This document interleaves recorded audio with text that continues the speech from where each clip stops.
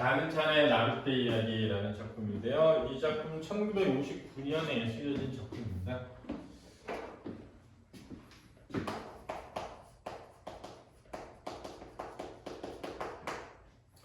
우리가 전후소설이라고 하는데 우리 전쟁이라고 하는 게 되게 여러 개 있긴 한데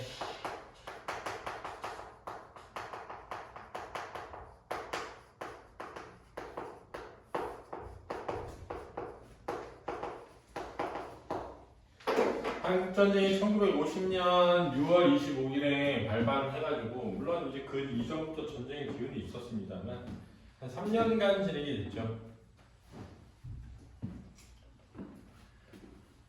7월 27일인가 연선을 하게 되죠. 그래서 여러분 모르는 미셸 푸코라고 하는 철학자가 있어요. 처음 들어보지? 들어봤어? 미셸 푸코라고 하는 철학자가 전쟁과 관련된 되게 유명한 얘기를 해요. 뭐라고 하냐면은 원래 이제 그 전에 이제 전쟁과 관련된 가장 유명한 얘기는 정치가 맞지? 어떤 마지막으로 선택하는 수단이 전쟁이다. 이게 되게 유명한 말이었는데 미셸 푸코는 반대로 얘기해 보라면 모든 정치는 전쟁이다. 무슨 미셸 푸코 그러면 어떤 모든 시대는 전쟁이 난 결과로서 이루어진 거고 역사는 늘 전쟁 중이다 이렇게 말한단 말이야. 미셸 푸코 하는 유명한 말이니까. 이제 거기에 2차 세계대전 2차 세계대전의 결과물이 뭐야? 지금 우리가 살고 있는 이거지. 그지? 이게 1900 해방됐던 해. 우리는 2차 세계대전의 결과물로 남북이 분단되고 남북이 분단되면서 남북 간의 전쟁까지 이루어진 그 2차 세계대전의 세계 질서가 바로 미국이 전 세계 경찰국가로서 민주주의를 선도하는 국가의 위치에 서게 된 거거든. 근데 그 2차 세계대전의 질서가 붕괴되는 시작점이 쌤이 생각할 때는 지금 이란 전쟁이야. 그러니까 지금 세계 시대사가 변하고 있는 시점에 와 있는 거지. 시점. 제일 중요한 게 뭘까? 우리한테 제일 중요한 거는 빨리 전작권을 회수해서 미국의 불안정한 군사작전의 일부에 휩쓸리지 않는 게 제일 시급한 거죠.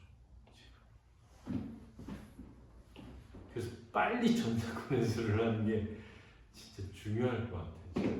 안 그러면은 엄청 전쟁에 휩쓸려 들어갈 것 같은 느낌? 그러면 선생님은 뭐 이제 인생 후반기라 큰 그게 없는데 너네는 진짜 큰일 나는 거지. 진짜 큰일 나는 거야. 그래서 빨리 전작권 해주셔야 돼. 쌤이 그런 얘기 했잖아.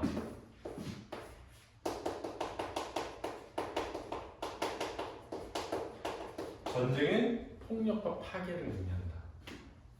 그래서 모든 전쟁을 하는 소설은 그 폭력과 파괴에 의한 뭐 상처와 상처의 뭐 치유 이거를 다루는 작품들이 진짜 많거든. 할머니가 계신데 그런 거야? 제가 기다리시라고 그러죠. 수업 중이니까. 알겠습니까? 중요하다. 그 다음에 이제 전쟁이라는 게 우리나라 전쟁은 특히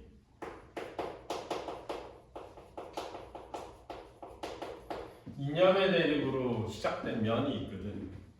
그렇지? 공산주의와 자본주의 이념의 대립. 근데 이념의 대립에서 야 공산주의가 잘못된 거야 이런 쪽으로 이야기를 하는 것이 아니라 이것을 뛰어넘는 인간애를 다루는 작품들이 많이 나온다. 중요한 특징 중에 하나예요. 그 다음에 하나는 전쟁에 인간을 수단화하기 때문에 인간이 수단화되지 않고 법적 존재 이걸 다루는 그런 작품들이 많이 나오거든요. 이게 이제 전쟁과 관련된 작품들의 보편성이에요. 얘는 지금 이걸 다루고 있거든요. 이걸 이렇게 가진 않고 폭력과 파괴와 그에 대한 저항 여기로 가는 거예요. 이 소설은 그렇죠? 실제 좀 가볼까?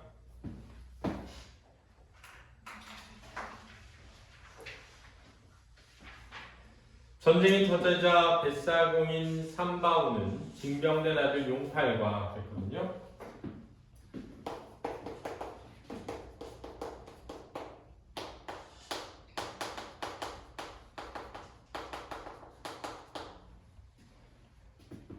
마을 청년인 주치리와 천다리 등을 태워 강 밖으로 보낸다.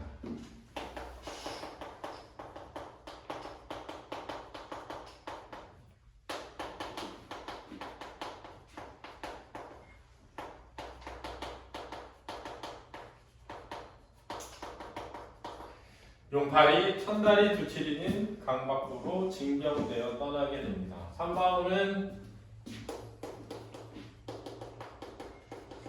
나룻배를 운영하는 M입니다. 그렇죠? 뱃사공이에요. 어느 날 마을로 가는 배에 오른 우편 배달부에게 자신이 군수가 양생원에게 보내는 편지를 배달하는 중이라는 말을 듣게 됩니다. 그래서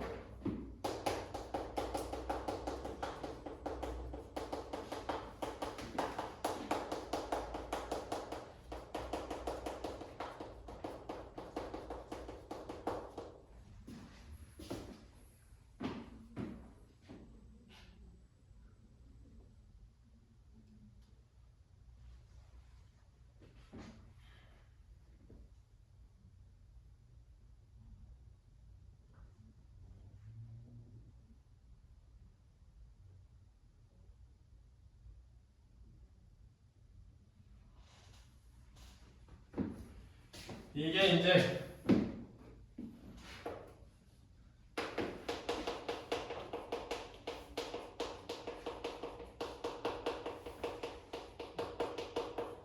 천다리의 전사 통지서입니다. 이게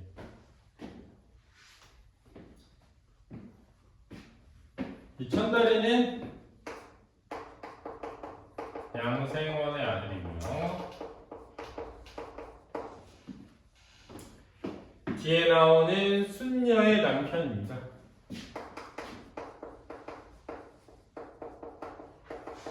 전쟁터에 끌려가서 죽게 됩니다.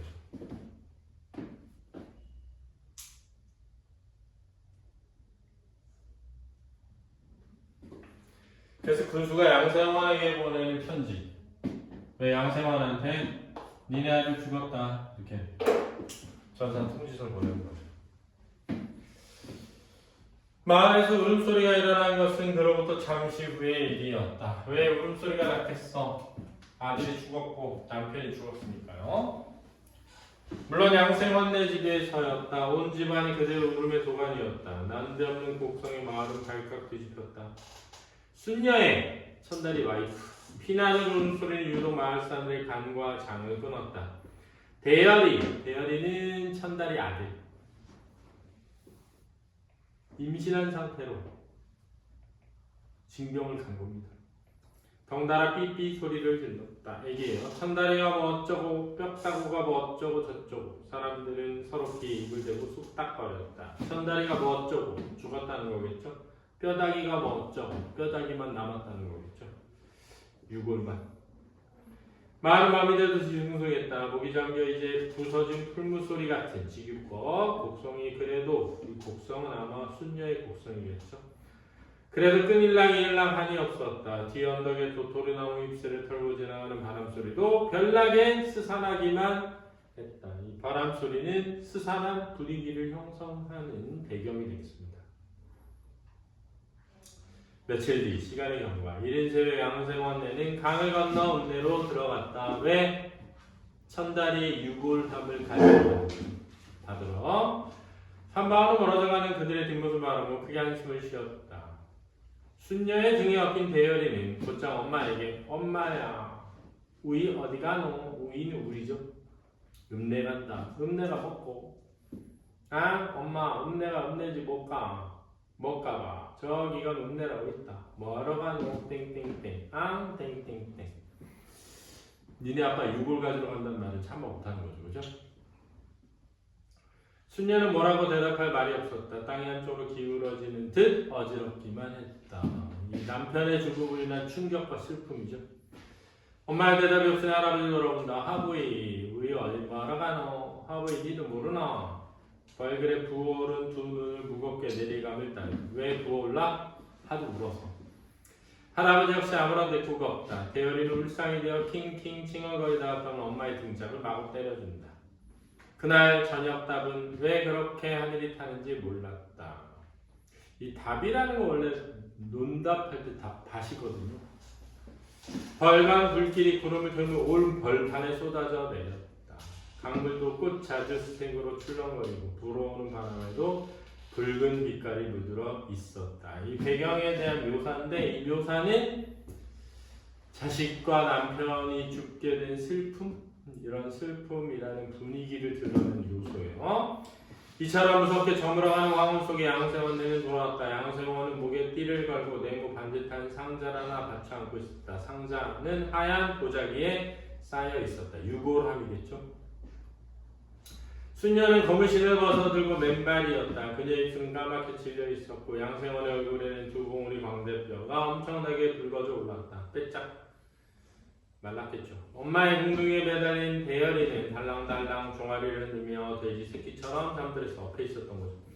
모두 지칠 대로 지쳐 있었다. 후다닥 배에서 뛰어내린 삼바오는 양세원 앞으로 달려가 인저우시는 유 여느 날보다 정중히 머리를 숙였다. 자, 요거 공감입니다. 공감. 얼마나 마음이 아플까 라는 공감이죠. 왜냐하면 삼바오의 아들 용팔이도 똑같은 처지예요. 전쟁터에 끌려가서 죽습니다.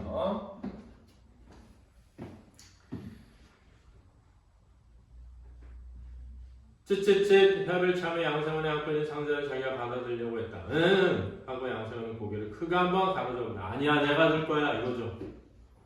아니야 내가 들게. 내가 들 거야. 배에 오르자 순녀는 대열이를 내려 품에 안았다. 대열이 뽀송뽀송한 눈을 비비며 잠을 깼다. 배에서 내린 사람들이 하얗게 돌아간 만모퉁이 까만 그림자 쪽에 걸어오고 있는 것이 보였다. 삼바오는 이마에 손을 얹고 그쪽을 바라보고 응? 크게 트림을 했다. 혹시 우리 아들 용팔이 아니야? 용팔이가 오면 혼자 올 건데 왜 두 명이지? 동식이랑 같이 오나? 그렇지 않은 동식이랑 수만인가? 눈을 깜빡거렸다. 그러나 점점 가까워지는 걸 보니 이건 용팔이도 동식이도 수만이도 아니었다. 자세히 보니 하나는 총을 어깨에 메고 있고 하나는 양복쟁이에 드림이 없었다. 그러니까 총을 어깨에 맨 군인이죠. 군인과 양복쟁이가 온다는 것은 뭘 오는 거야? 징집을 하고 또 군대 끌고 가면은 이 그 삼바오는 가슴이 덜컥했다. 결코 반가운 사람이 아니었던 것이다. 또 오는구나. 또 누굴 데려가려고. 슬기움과 함께 온몸의 피가 얼굴로 치솟는 듯했다. 입술도 떨렸다. 벌써 며칠이나 데려간 놈 말이다. 데려가서 두칠이는 그 꼬라지를 만들어 놓았지. 두칠이는 전쟁에 부상을 입어서 장님이 됐나? 그 정신이 미쳐서 돌아와요. 첫날에는 돌려준다는 것이 뼈다귀뿐이지. 더구나 우리 용팔이한테는 소식도 없지. 동식이 수만이도 마찬가지고. 그만하면 됐지. 또 누굴 데려가려고. 그 열거적 표현을 통해 아주 전쟁의 참상이 드러나는 거예요. 염치도 없는 것들 같으니 삼바오는 뿌드득 어금니를 문다. 안되지 안돼. 주먹을 불끈 쥐고 한쪽 발로 땅을 팍 내리 누른다. 의지를 드러내는 표현이고요. 기세가 이만저만이 아니다. 그러나 어찌된 용물이지. 총을 맨 사람과 양복쟁이 얼굴이 뚜렷하게 바라볼 만큼 가까워지자 그만 아랫도리가 후들후들 흔들리는 것이 아닌가. 후드득 물었던 어금니도 덜덜 떨리고 주먹에서도 손가락들이 제가끔 힘이 풀려나간다. 하는 수 없다는 생각이 들자 두 눈에 뜨거운 것이 핑 돕니다. 하는 수 없다는 건 이 국가의 권력에 그렇죠? 저항하기 힘들다는 인식이죠. 그러나 그 순간 참 희한한 생각이 하나 뒤통수를 갈기고 지나갔다. 옳지. 삼바오는 공들을 탁 차고 고위층 붉은 축혀 올랐다. 바지를 치켜 올렸다는 거야. 좋은 수고 말고. 얼른 밧줄을 풀어 배 안에 던지고 가볍게 몸을 날렸다. 그리고 후다닥 노를 잡고 물을 휘젓는다. 깜짝 놀란 배는 의인화된 편이죠. 어지럽게 흔들리다가 머리를 불끈 물 위로 쳐든다. 사마는 아랫입술을 질끈 깨물며 있는 힘을 다한다. 이마에 기름 같은 땀이 끈적끈적 내밴다. 현지 시제로 표현이군요. 배는 자세를 여다듬고 신나게 내닫는다. 약간 현재 시제를 사용하고 동적인 이미지가 드러나죠. 감기를 끊어버리고만 것이다. 손님도 태우지 않고 불이 나게 떠나는 배를 보자 두 사람 눈이 휘둥그레가지고 달려오며 보험을 지른다. 여보, 여보, 여기 탈 사람 있어 좀 기다리셔. 그러나 선방울이 이반주를 흘러내 땀방울 혓바닥으로 싹 펼치며 고소하게 웃는다. 어제 살 테면 한번 타보지. 콧방귀를 빵 껴준다. 저는 영감쟁이야 돌았나? 어쨌노? 일 빨리 나를 안 나가 떼드릴게요. 두 사람 얼굴이 갈려가지고 주먹으로 삿대질을 한다. 사마는 이만저만 통쾌하지 않았다. 자기에게 이런 용기가 있었는가 싶으니 스스로 놀랍기도 했다. 안 되고 말고. 의지의 표현.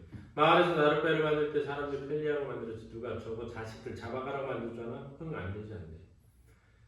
그러나 삼바오는 차츰 술이 깨는 듯 우수수 떨려 왔다. 이건 이제 걱정과 불안이죠. 걱정과 불안. 왜냐면 이런다고 해서 이걸 완전히 막을 수는 없을 테니까요. 그죠?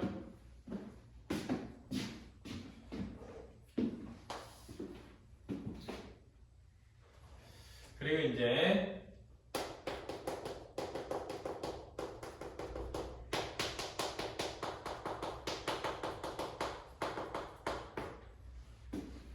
나오죠.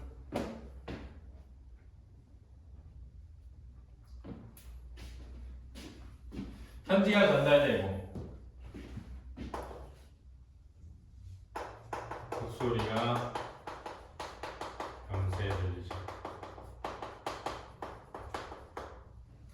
그리고 삼바오의 배를 타고 읍내로 나와서 천다리에 유골함을 가져옵니다.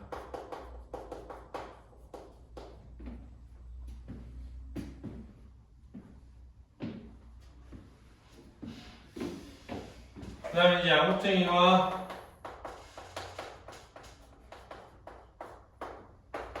총을 맨 군인이 오고 있는데요. 삼바오는 멀리에서 자신의 아들이나 소식이 끊긴 청년을 떠올리죠.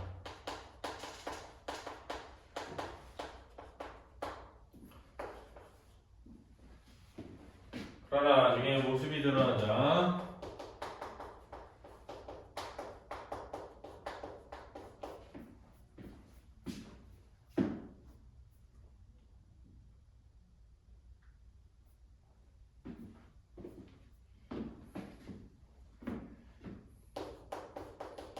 자식들을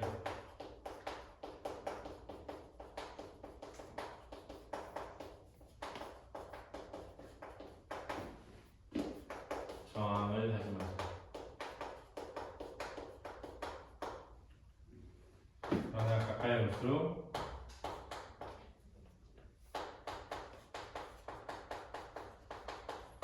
자신감이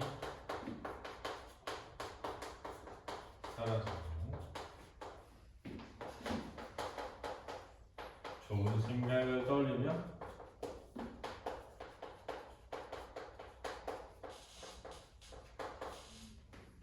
마을로 들어가는 뱃길을 끊지.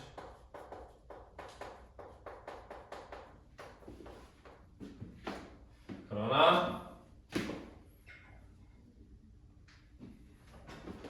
술이 깨면서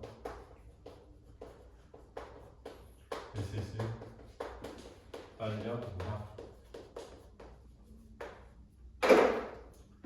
시점은 나가 없으니까 3인칭 전지죠. 자가 시점이네요. 이 부분을 보면 3바울이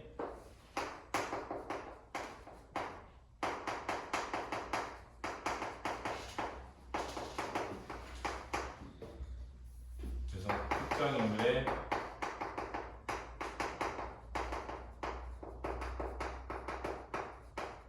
시각을 통해서 사건이 전달된다는 특징이죠. 자, 내용도 뭐 아주 어렵진 않아서 문제를 풀어보면 되겠습니다. 풀어볼까요?